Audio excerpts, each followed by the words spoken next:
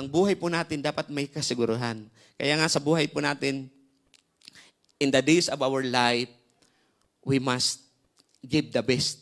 Amen? Ibigay na yung the best natin para sa paglilingkod natin sa Diyos. All the days of life. May sabi nga dito, do something positive. No? Dapat gumawa tayo ng isang positibo. Amen? Do something for God. Gumawa tayo ng maganda para sa Diyos. Do something for other people. No? Gumawa tayo ng kabutihan sa mga nakasasakupan natin. Gamitin ang oras para sa Diyos. At para sa kapanahan ng lahat. Okay? All the days of my life, no?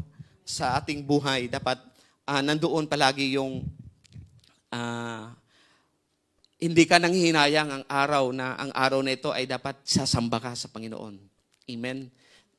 Dapat unahin mo palagi ang Lord.